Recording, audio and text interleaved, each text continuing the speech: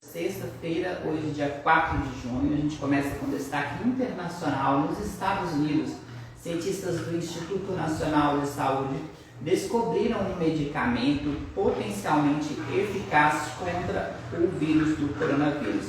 Esse medicamento, poderia restringir as atividades do vírus, mas ainda faltam ser realizados testes com esse medicamento, que seria o Tempo.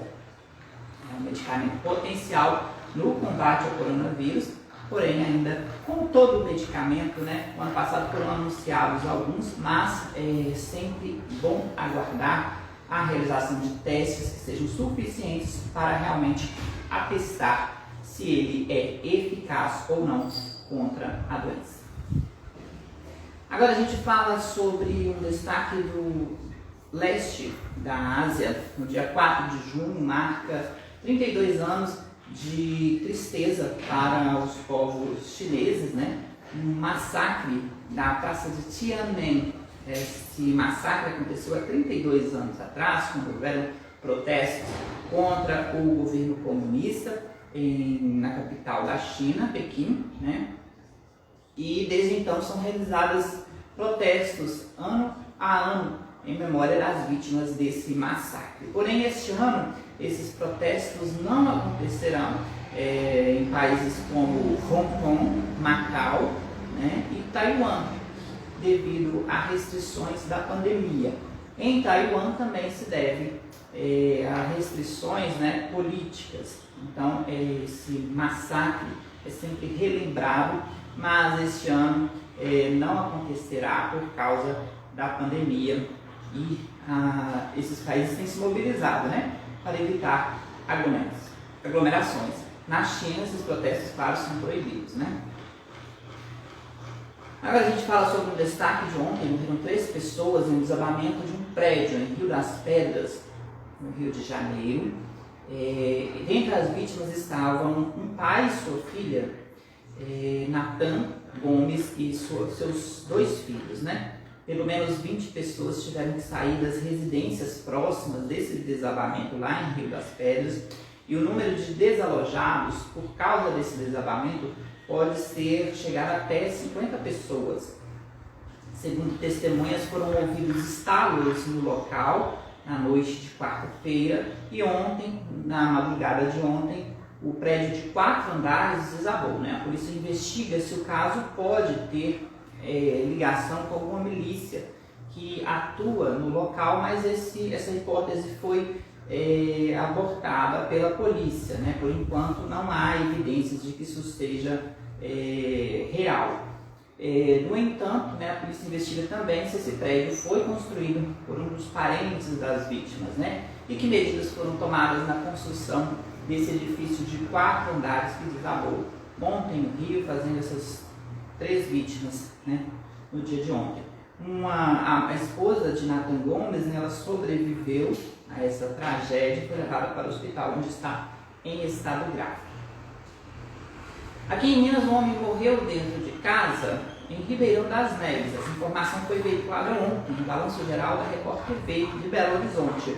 O homem teria tentado fugir do local quando percebeu as chamas, mas não conseguiu.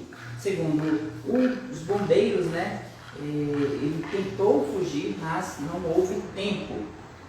Moradores locais se surpreenderam porque encontraram esse homem no dia anterior ao incêndio. José Marcos Lopes, de 55 anos, não resistiu à inalação da fumaça, Ele foi para o cômodo da casa, vizinhos perceberam, mas infelizmente não houve tempo dele se salvar.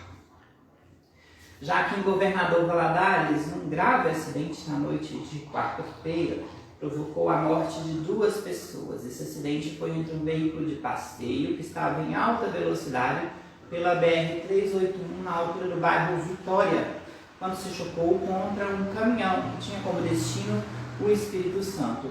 O motorista do caminhão sofreu ferimentos, mas sobreviveu. Já o motorista do veículo de passeio, que estava acompanhado de sua enteada, morreu na hora. Foram 2 vítimas, esse motorista do veículo e a sua enteada.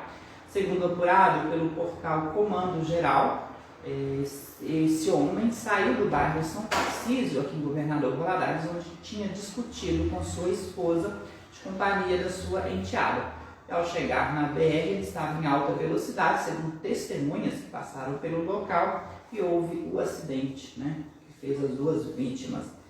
Moradores do bairro Vitória reclamam do acesso à região, reclamam que é um acesso mal sinalizado, mal iluminado, né? E que de repente esse acesso nem poderia estar direto para a BR, sim para o distrito da cidade, para evitar este número de acidentes. É o que se diz nas redes sociais aqui de Governador Valadares.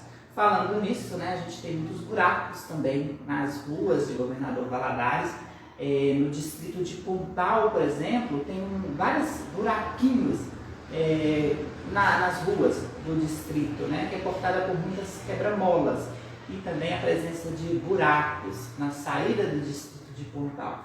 Chama atenção para esses probleminhas, né, que parecem pequenos, mas que no fundo afetam a vida do motorista também, né? Já no bairro Vitória a situação é diferente, e os moradores reclamam da situação do acesso, né, direto para a BR, que poderia estar provocando mais acidentes.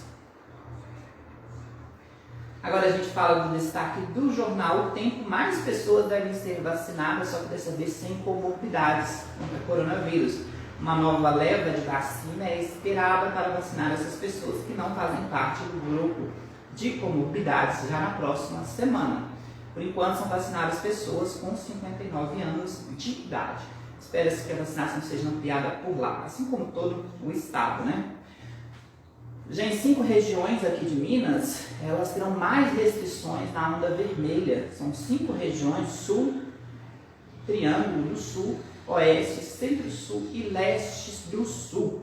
Essas regiões tiveram aumentos significativos nos casos de coronavírus, e para evitar, né, mais uma vez um apagão nos leitos de UTI, o governo do estado aumentou as restrições já a partir desse fim de semana. Bares e restaurantes nessas regiões, Sul, Triângulo do Sul, Oeste, Centro-Sul e Leste do Sul, devem funcionar até às 7 da noite. Estão proibidos clubes e academias de funcionar, assim como salões de beleza, segundo o governo do estado. Na última quarta-feira chegaram novas doses de vacina, só que dessa vez da Pfizer. São 62.010 doses da vacina para complementar a 22ª remessa de doses enviada pelo governo do estado às macro-regiões, né, e às superintendências regionais de saúde. O anúncio foi feito pelo governador Romeu Zema, que também esteve presente em uma entrevista no programa Pânico, da Rádio Jovem Pan. Romeu Zema destacou que encontrou o estado quebrado em 2019 e desde então vem apagando diversos incêndios no governo. Entre eles, a falta de repasse de recursos a municípios, a falta de acertos na folha de pagamento dos servidores, além dos salários parcelados, né, que já vem há um bom tempo. Entre outros assuntos que foram comentados por Romeu Zema nessa entrevista ao programa Pânico da Jovem Pan, que está disponível no canal do YouTube.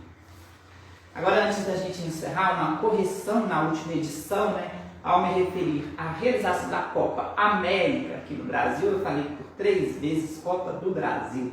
Desculpa, gente, eu errei aí falando.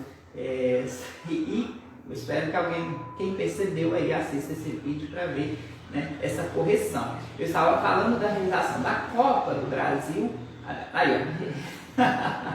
Estava falando da Copa da América aqui no Brasil, que deve começar a partir do dia 13 de junho, né? A Copa América reúne grandes seleções aqui das Américas, e a grande polêmica era: vai realizar ou não vai realizar? O Brasil aceitou realizar os jogos, mas houve divergências até mesmo entre os jogadores da seleção, né, que participaram ali de um bate-papo com o técnico Tite, que participou de uma entrevista, né, coletiva, falando desses desafios entre mesmo os jogadores. Pelo menos 3 estados aceitaram participar da Copa América aqui no Brasil, e pelo menos no Distrito Federal o governo já deixou claro que não vai ter a presença de público, tá bom? Vai ter os jogos provavelmente transmitidos pela TV, mas não vai haver presença de público.